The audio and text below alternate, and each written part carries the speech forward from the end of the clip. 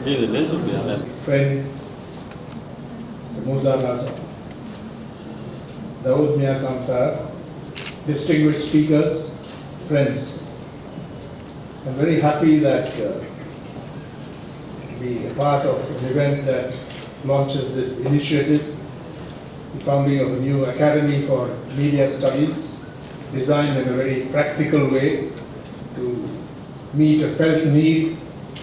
We have heard our speakers before me highlight the importance of the media, both mainly the positive roles, but to a certain extent the negative roles also, which I think that's important to have a balanced view of the role that the media play in society.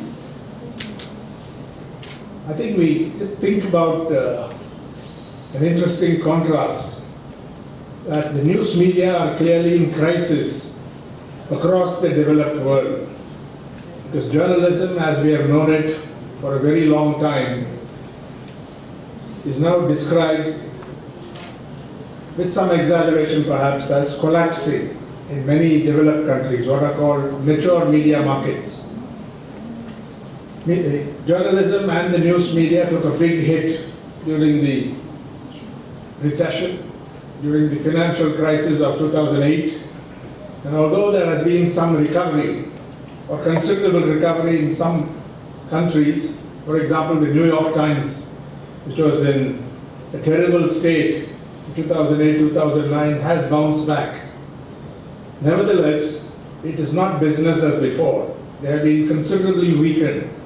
Fewer people read print newspapers than they did 30 or 40 years ago. Young people have switched off from reading newspapers the way they used to. News television has also suffered a decline in many of those countries.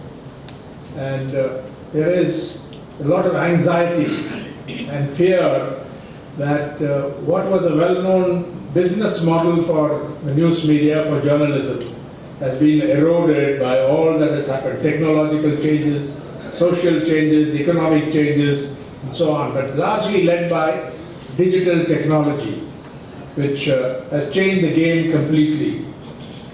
In contrast to this situation, developing countries, and particularly large developing countries, notably led by India, but also countries like China, Brazil, and Malaysia, and so on, there the impact has been, Sri Lanka, of course, which is represented here, impact has been far less, or slower, more graduated, if you like. And although we also face challenges, tough challenges, the print media, particularly in Indian languages, indigenous languages, continue to grow. Print newspaper circulation continues to rise. Readership increases. Although the pace may sometimes vary, we also suffer from the recession, but it is not degrowth. It is not a decline. Revenues also are reasonably all right. And jobs are available for journalists. That's the most important indicator of the state of health of the news media and journalism. I want to make a distinction between the fortunes of the news media and the state of journalism. They are related, but they are not the same. You can have rapid growth in the news media, but journalism may not necessarily be very healthy in such a situation. Although jobs will be created, that's very good, but it comes back to functions of journalism and the values of journalism, whether they are being preserved, whether they're being strengthened, or whether they're being given up in some rush towards hyper-commercialization, profit-seeking, and so on. This is a fair question to discuss. So we have to come back to core values, functions of journalism, and so on, when we look at the state of the news media as well as the state of journalism. To emphasize the point, they are closely related, but they are not one and the same. Because very often in public discourse, these two things get conflated. You get mixed up. If the media are going through a rapid phase of growth, the news media that is, people think that journalism is all right. It is not necessarily the case. Which is why, during a period of high growth in India, high news media growth. You had some of the worst practices that we should be ashamed of. Paid news, for example, came to the fore in 2009. That was not the height of prosperity for the Indian media because we are facing a crunch. But paid news, which had been dormant and hidden before that, it has been there for a long time, suddenly came to the forefront because during that election in 2009, particularly in a number of states, packages were offered where news, actually it was hidden advertising and propaganda were presented in the form of news, and under the table payments were collected by newspaper managements and many of the executives and even journalists who had been instructed by the managements to get these revenues. That's just one example of how you can go astray. But there are also practices such as hyper-commercialization, sensationalism, and dumbing down, cynically dumbing down the content of the news media because you're chasing eyeballs, you're chasing readers and so on, and you want to make a big splash, and you're sacrificing many of the values, including truth. There was also the phenomenon of the communalization of the media. We saw it in the early 1990s during the Kar Sevak agitation in Uttar Pradesh, and in a famous report done by the Press Council of India, hats off to them for commissioning that report, that they found that much of the Hindi press had turned Kar Sevak itself. They put out a lot of lies. They just added some zeros to the numbers of those who had been killed or injured. And this idea that this was a movement to celebrate the movement that eventually led to the vile and barbaric destruction of a place of worship, the Babri Masjid. I think that the media, in particularly the Hindi language press, has to bear a heavy responsibility for poisoning the atmosphere. They're not the only ones who did it. Of course, politics led the whole process, but the media, the press, had a very deplorable role to play during this, a poisonous, toxic role to play during this period. So there have been such cases, corruption, misconduct, breach of ethics, and more than anything else, the most dangerous phenomenon when the media unleashes hate politics and hate ideology, hate ideas of hate, that so-and-so is not an equal to me, he's a Muslim, he's a Christian, and pogroms are started. We saw what happened in Gujarat. I don't want to enter into too much deeply into politics and so on here on this occasion, but we have to take note of both sides. At the same time, the mass media, in particular the press, has played a very creditable role in investigating corruption. Yeah, I was myself involved in the Bofors scandal, the investigation of the Bofors scandal, and many others. And we know there's a great opportunity here for the news media to win public support, do a good thing and also win public support by investigating and exposing things that have gone completely wrong in society, which is why I think some of the tributes paid to the influence of the news media are valid. Your work, the roles that you play, without doing that, it will be just ad hocism. You'll just be proceeding in the dark. Because what are the values? If somebody asks, what are the values you're committed to? What's the purpose of your work? Are you doing any good? Or is it just to earn a living and so on? You won't be able to answer this question. And then you try to figure out the functions or roles of journalism, virtuous journalism, journalism that is worthwhile. Then I think the first function that comes to mind is what can be called the credible information function. Chairman referred to the informational role, information, education, etc., but it has to be credible. It is hard to define the word credible. It's easier to recognize it in practice. Credible is something that can be trusted, build trust among readers, among viewers of news television, among listeners of news radio and so on, and also the new media. I mean, now to use the word digital is somewhat misleading because everything has become digital. Print has become, newspapers are into digital technology, television is completely digital, radio is also digital. So I think there's a search for the new, search for a term to describe the new stream that has come out. And it's very hard to find the right word. You can call it internet journalism, digital journalism, or just the new media. Although the new media are getting pretty old right now. They are at least 2 decades old. The first function is the credible information function. You inform the public, you inform your readers, you take it very seriously. That's your professional role, the informational role. And as long as you are credible, I think you make progress. But it's not enough to play this role. The second function that I would, these are, if you think about it, the answers will come to you, but you've got to think about it systematically. The second function is a critical function. It's not enough to just do just information, publish just information, something that is informative, or even credible while being informative. It has to be critical. It has to criticize. I'm not suggesting that everything should be opinionated. That when I write something, I should say so-and-so is good or bad and so on. Very often, I think reporting needs to be kept separate from opinionating, judging people very sharply and so on. But the critical function is something that goes beyond the surface, goes beneath the surface, and verifies things. Supposing a reference was made to Donald Trump, and during the presidency, although he won the election, he didn't, I think, win the vote for the most credible statements made in the election campaign. And a number of websites came up in the United States which checked the facts.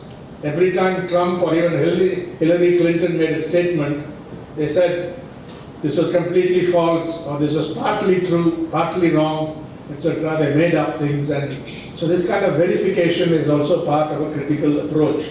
But criticism really goes much deeper than that. It, as in literary criticism, as in political criticism, as in criticism in any intellectual field, any field of knowledge, it has to be questioning, it has to be probing. You don't just accept somebody's word for it, whoever it is.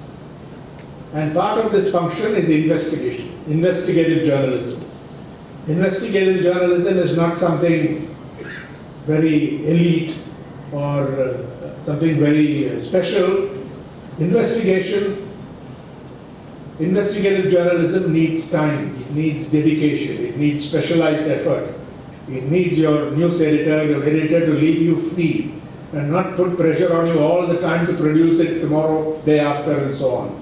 You must also accept the possibility that you may be spending 1 month on a story and then nothing comes of it. It's all in the game, you've got to accept it. It's now become a separate discipline, but actually all journalists need to be investigative.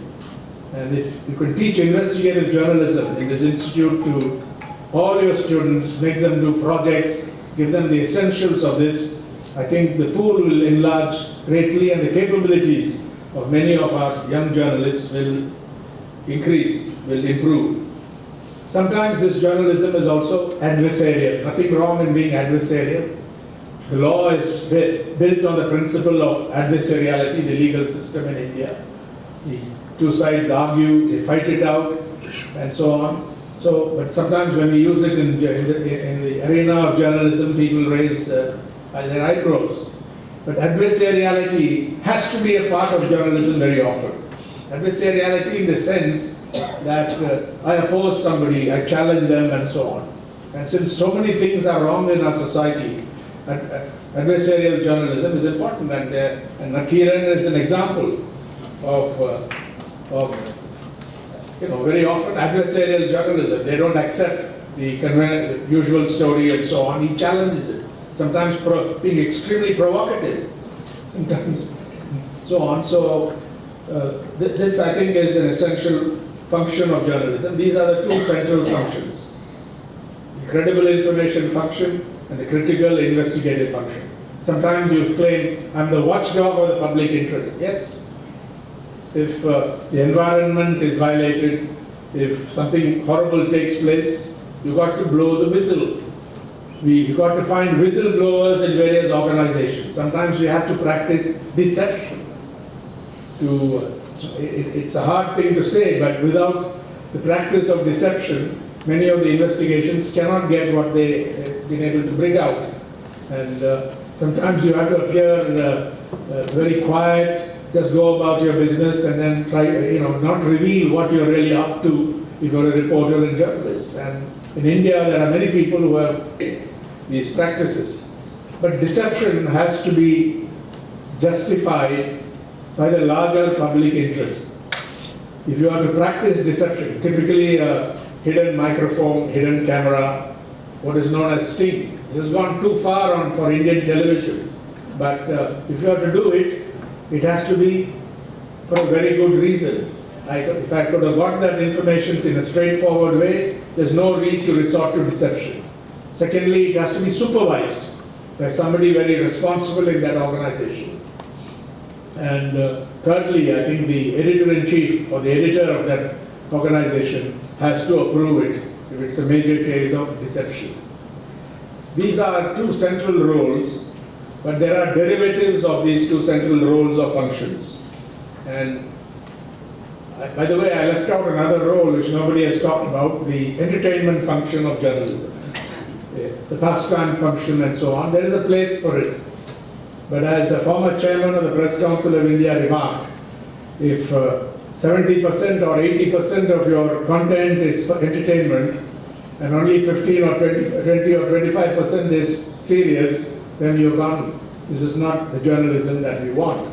But entertainment does coverage of cinema, coverage of various things that are considered entertaining, even sports.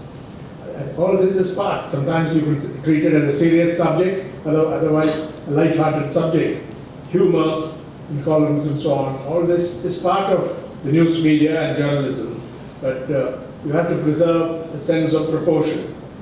But going back to the two central functions, the credible information function and the critical investigative function, you can think about the derivatives of these functions. And some of it has been touched upon in another way already by previous speakers. One is the agency of the press in public education.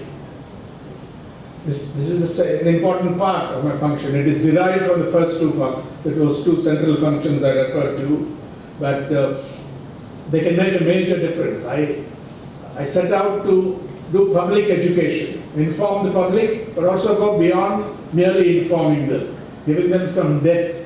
And today with the new media, there's no real limit to what you can put out by way of educational material. There's no limitation on length. It's only the attention span that has to be looked at. That is limited in some cases, but you can offer a lot of resources. When the Hindu did the Bofors investigation, we carried the document. We had about 200 or 250 documents, which we published in facsimile form on full newspaper pages, 15 per page, that sort of thing. Took a huge amount of space, made a big splash. Today, if you look at the Nira Radia tapes that were published by Open Magazine and Outlook, they did they put out hundreds of documents, transcripts, even audio files and so on, a lot of material, so the reader or the viewer could go to these and check it out for himself or herself. The truth, that doesn't have to take the word of the journalist. I have all this material, I can check it out. There's a story there, and here is the material that allows me to verify the truth of those stories, the conclusions that the journalist draws. So and so, is it what, are they really, the misconduct, is it what the journalist says it is, and so on. This is now possible with the new media, what is now called digital journalism. So that's one clear derivative on science, on technology, on education, on religion, on issues of secularism, on technology, on very esoteric areas also, on sports, on different pastimes. All this is now available here and the function of public education, the agency of public education, the news media playing as an agent, being an agent for public education, a medium for public education. I think this potential is tremendous. The second derivative, already I think is referred to in another way, it serves as a forum for analysis, disputation, criticism and comment, in which different opinions have it out, contained in that space, and have it out for and against, so on. And this is what an American playwright, Arthur Miller, once said. He said, a good newspaper, I suppose, is a nation talking to itself, society talking to itself. That's the idea. You can be a forum for the exchange of opinion, for disputation, for comment, for polemic, within certain limits. The limits being, it has to be civil. It has to be, it can't be informed by an undercurrent of hate and contempt and disrespect. It has to be civil, debate, a dialogue, disputation, etc. This is made possible by journalism, and the best newspapers or televisions, like look at the BBC, many years that seem to work against minorities. For example, in Uttar Pradesh, I think we can all get together and counter these trends by highlighting the value of diversity, pluralism, tolerance, respect for each other, some of the best values of Indian civilization.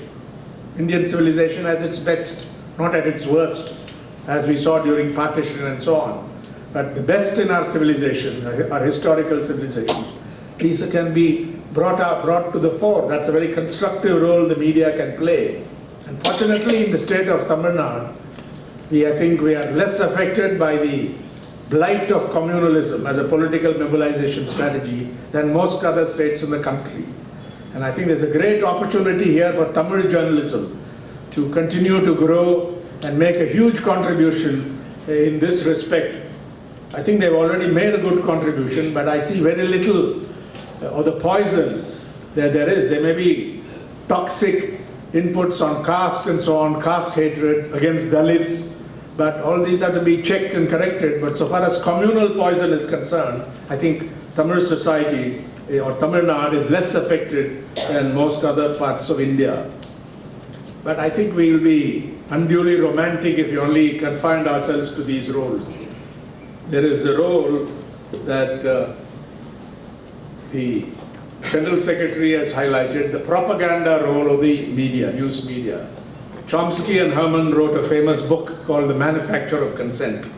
That you manufacture consent for unjust policies, for imperialist. It was written in the context of the United States and the foreign policy it pursues in its own region, its hemisphere. And the manufacture of consent is, if you don't have to use force. If you can influence people intellectually in terms of their ideas, that is far more effective and far more dangerous than if you have to use force to compel them to do something.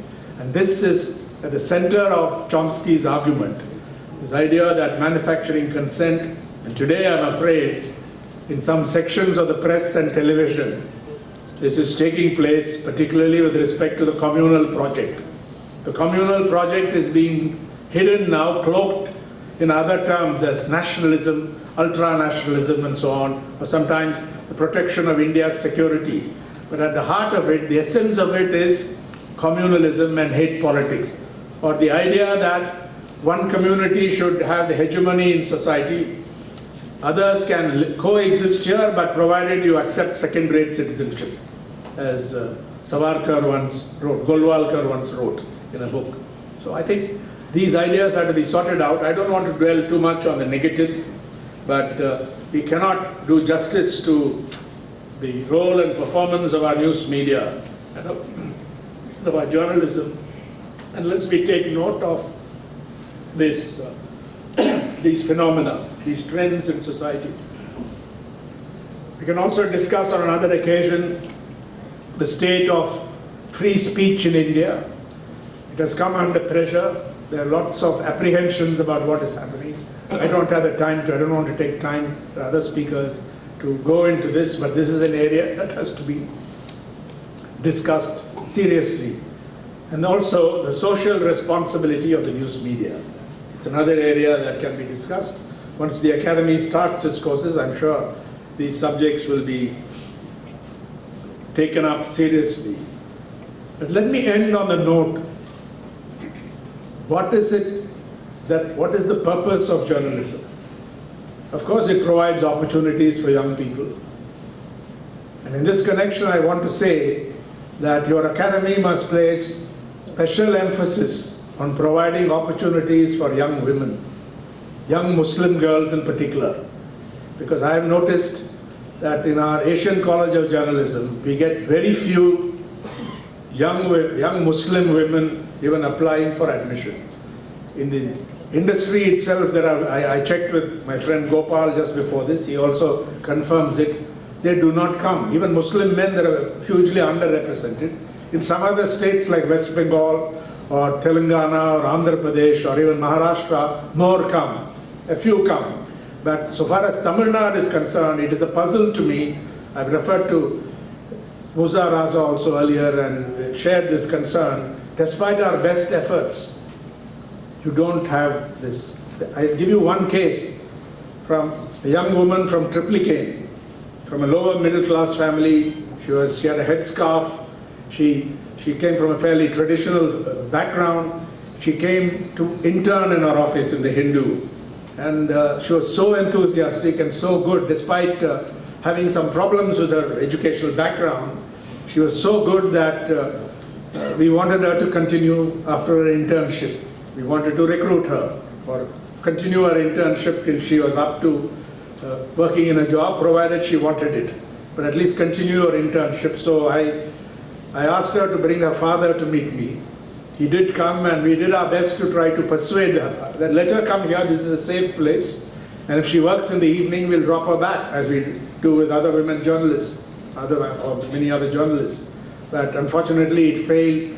And this is one example, the kind of pressure there is, social pressure, family pressure, that prevents young Muslim women, girls, from continuing in this job. Why am I saying it? Not because of this forum alone. Because unless there is diversity, professions thrive on diversity. Intellectual life thrives on diversity. It's well recognized that organizations, newspapers, television stations should be committed to diversity, not just on the basis of religion. For example, Dalit students are tremendously underrepresented. And in the Asian College of Journalism this year, people have come forward to support 5 full scholarships. 6, I think, 6 scholarships for Dalit students. We didn't get them before, but this year they are studying. And unless you have these affirmative actions, it's not just done by quotas and so on. You have to make it possible for them to study, convince them, make it worthwhile for them to study. So I think here is, I want to make a special appeal. I'm sure they will do it, but nevertheless we don't want to take it for granted. We find that in many journalism schools, in many other professional courses now, there's an increasing representation of women.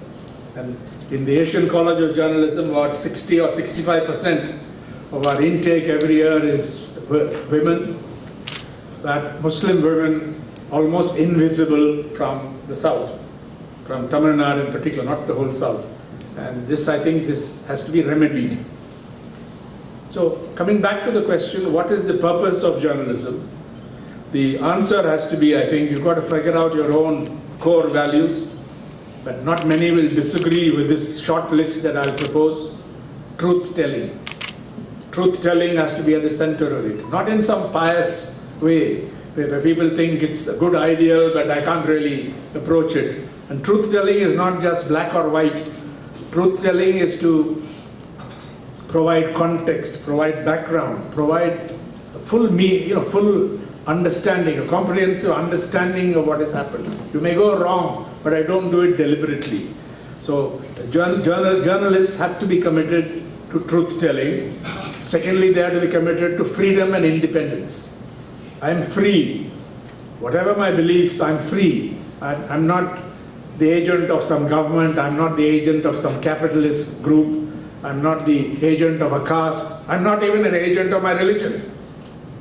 I function as a journalist, as an independent person.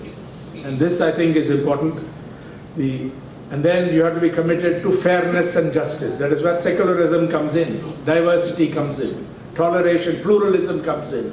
That I have it's not just being fair, meaning I write about somebody, give him or her a chance to reply. It's being just, which goes deeper than fairness. Justice is a much more powerful concept than fairness, and a fairness doctrine.